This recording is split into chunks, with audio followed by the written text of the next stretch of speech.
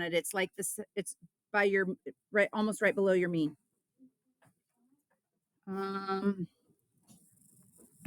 Did everybody get 2.5? Oh, 2.65. Okay, let's put that 2.65. All right, so we're going to pause. You were at L2 because you're calculating data for your list is in L2. So we're going to change that. Do you see how this says L2 right here? We just hit the blue button because we want to go to L2, and then we're going to arrow down. There you go, my dear. You're welcome. Okay, data set number 2. Data set number 2. Same thing. I want you to calculate the Q1 and the Q3 so we can have an IQR. And I also want to know the standard deviation for the population.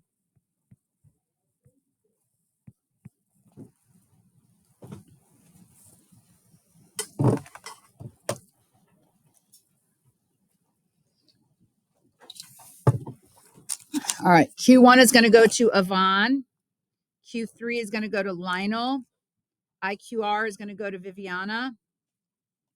And Jacob, you got the standard deviation, the little O with the X, okay? So tell me when you're ready. Which one did I get again? Lionel, you have Q3.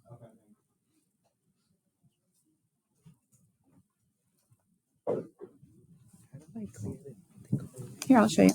So if you go all the way up here and kind of highlight the L3, hit clear, and then just go down and it's gone. Okay, good question, bud. Yvonne, did you find your Q1 yet?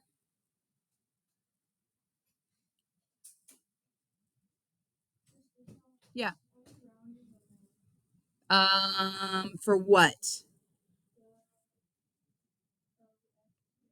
We'll do 2 decimals. We'll do two decimals on that. Okay. What do you have? The standard deviation of your population? What'd you get, Jacob? 1 point. I didn't hear you. 1.41. Okay. Yvonne, do you have your Q1? You got 6. Perfect. Good job. Q3, Lionel? For Q3? Okay. I got 8. You got 8. Yeah. Did anybody else get 8 for Q3? Okay. That's right. IQR. Viviana. It's Q3 minus Q1. It would be positive 2. So IQR is positive 2. So let's talk about this for a second before we read any farther. Which one, based off of the IQR, which data set do you think shows more of a range or more of a variation? Data set 1. Good job, because the IQR is larger. Based off of the standard deviation, which one do you think has a larger variance? The larger the standard deviation, the larger the variance. So does that support what Delaney said about thinking that data set number 1 has more variance? Is the standard deviation from data set 1 larger than the standard deviation from data set 2? Okay, so that's what I want you to remember. The larger the standard deviation, the more variance or diversity you would have in your population. Okay, so the interquartile range gives us a good measure of how spread out your data is, but the best measure is standard deviation. And that's why I just threw that in there. So we're going to use our calculators to calculate the standard deviation for the data sets. Well, we just did that. We just did that right here, highlighted in yellow. Do you guys see that? We did it all together. So we're going to keep moving on. So the standard deviation of the data tells us on average how far a data point is away from the mean. This is the definition of standard deviation. Let me say that again. Standard deviation is on average how far a data point is away from the mean. So if you had to identify vocabulary terms, that would be a definition that I would want to remember. Okay. And it also says the standard deviation means that the greater the variation, so like the larger the standard deviation, the greater the variation is. The smaller the standard deviation, the smaller or the lower the variation is. Okay. So those are important.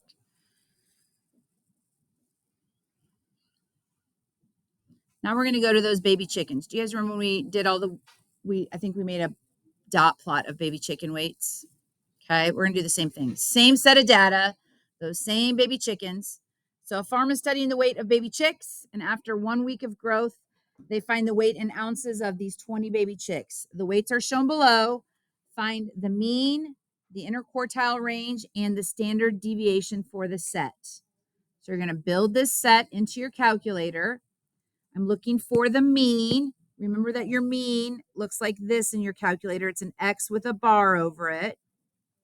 Your interquartile range. So you need to know what Q1 is and Q3. And then you're going to subtract them to find your IQR.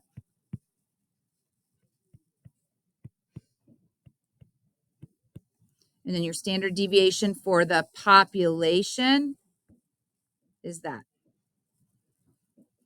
Okay. All right.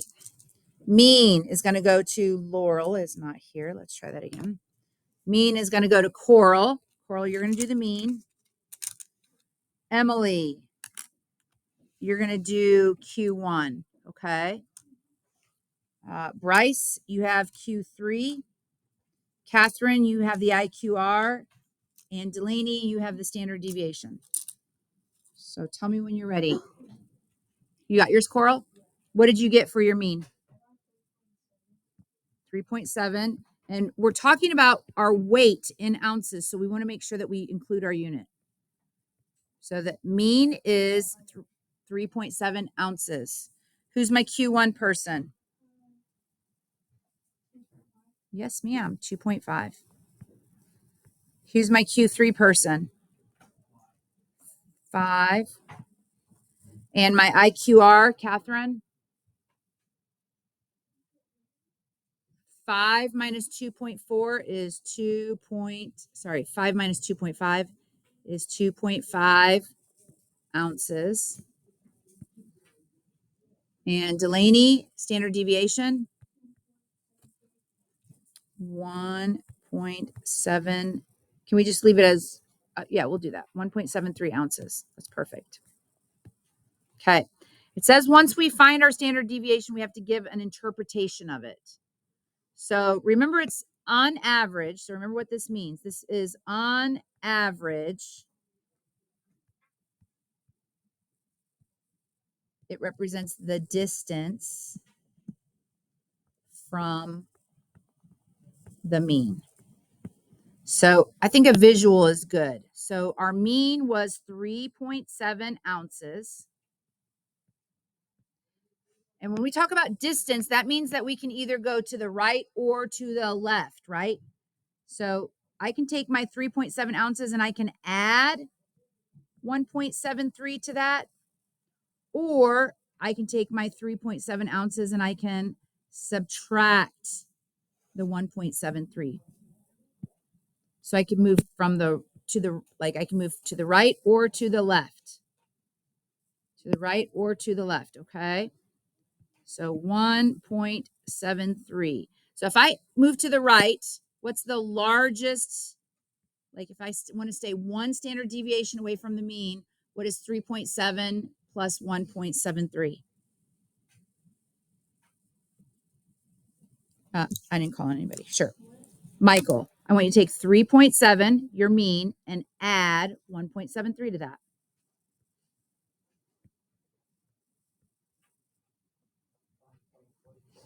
Yeah, 5.43 ounces. Okay. What if I go in the opposite direction? What if I go in the opposite direction, Angeli? So you're going to take your 3.7 and subtract 1.73 from that.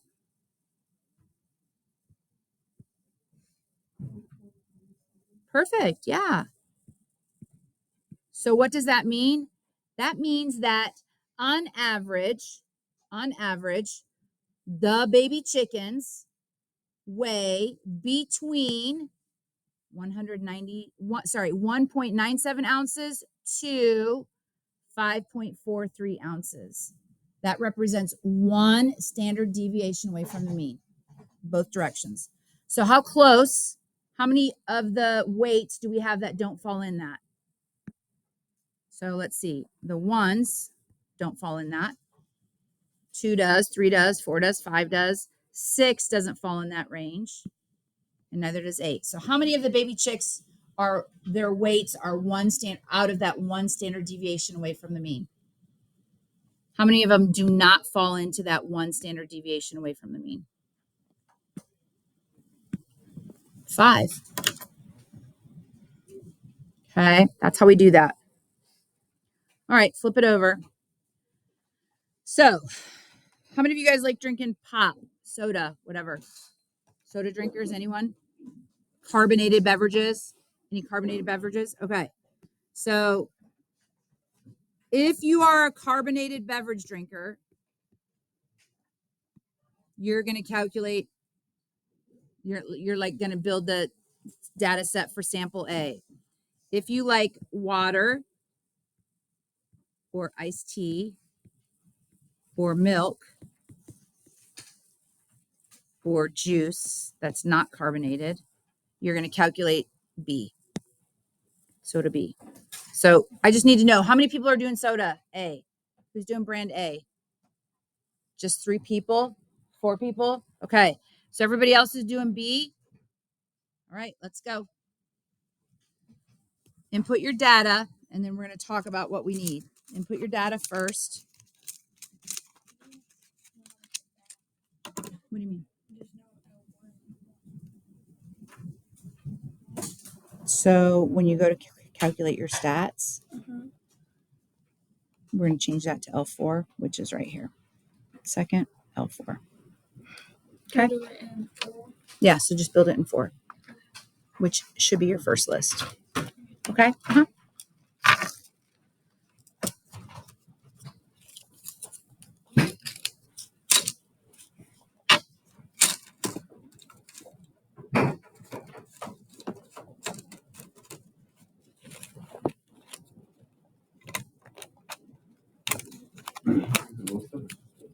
You're 1. This is 1 variable statistics.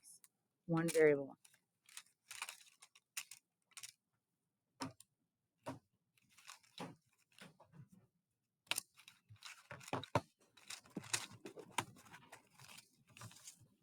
Okay, we got some data. So the first thing I want to do is answer question A. Question A says, what standard deviation is a better measure of diversity in age other than the mean? Which one is better than the mean? Or no, not what. It says, why is standard deviation better than the mean? So what does the mean do for you? The mean calculates the what? Yeah, the mean calculates the average age of a soda drinker.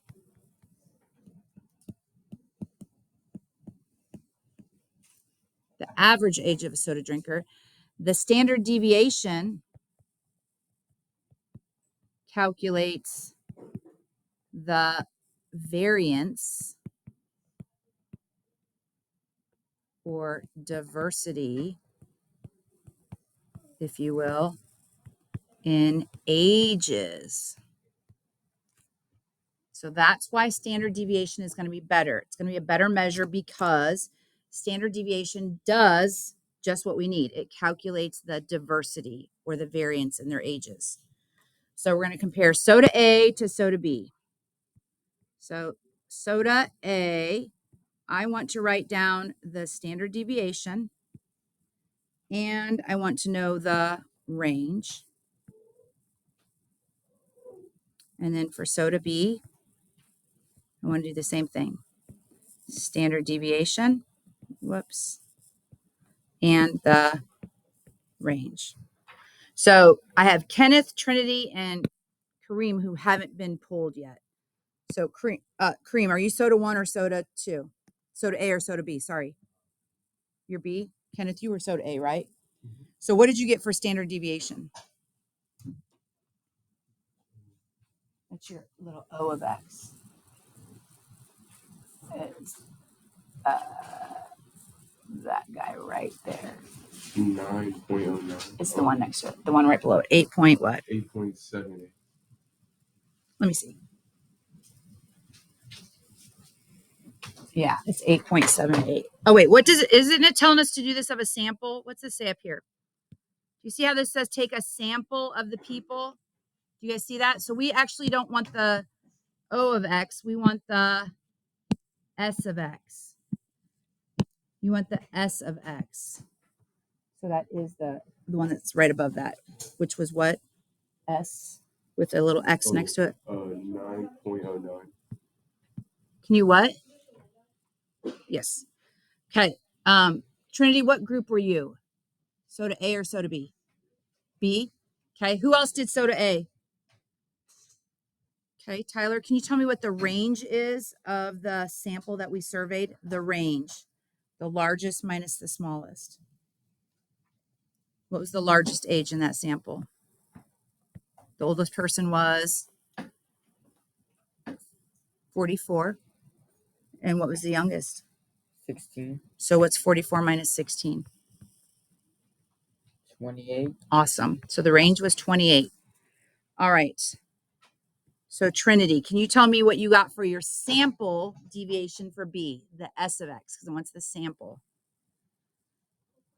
Yeah, 4.08. And Kareem, can you do the range for that? The largest, like the oldest person minus the smallest? So if you look at your data set, what was the largest number on your list? I think it was 30, right? And the youngest person was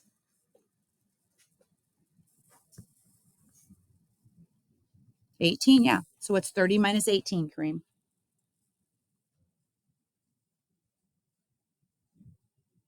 Good job. Okay. So who do you think had a better like sampling of people when it comes to age diversity? The people that surveyed soda group A or the people that surveyed soda group B? Soda A had a better sampling. Why do you say that? Their standard deviation is larger. That means they had a more diverse group. And they had an age range of 28, meaning that the range from the youngest to the oldest person was 28 years, right? This is 28 years. Soda B only had a range of 12 years. Okay. All right. It says using your calculator, determine the sample standard deviation, normally as S of X. Well, we already did that. Okay. Does this reinforce your pick? Yes. We're just going to leave it like that. We're going to talk about this down here. Okay. So which of the following data sets would you have a standard deviation population closest to 0? So if your standard deviation, it doesn't matter whether we're talking about the population or the sample. This is sample and this is population. It doesn't matter which one we're talking about. The larger the number is, the greater the variance. The smaller the number, the less variance you have in your set. Okay. So if we want to talk about a data set that has a standard deviation that's so small it's almost 0, it's so small that it's almost 0, that means that it's probably going to be a data set that has hardly any variation in it at all. Okay. So let's look at the 4 data sets that we have and let's just quickly determine the range, because range is a good indicator of variance. So what is the range of data set number 1? Well, to go from -5 to +5, what do I add? Well, to go from -5 to 0, how much do I have to add? 5. And then to go from 0 to 5, I have to add 5 more. So I've added a total of 10. That's what range is. Okay. Let's look at data set number 2. What's the range of those data points? To go from 5 to 20, what do I add? 15. Who was that? Good job, Michael. So to go from data set number 3, to go from 11 to 13, what do I add? 2. And data set number 4, to go from 3 to 18, what do I add? 15. So based on this, which one of these do you think would have the smallest standard deviation because it has the smallest variance or smallest range? Data set 3. Explain how you arrived at your answer. We used the range. Has very little, we're going to put little to no variation because the range is 2. We know it has little to no variation.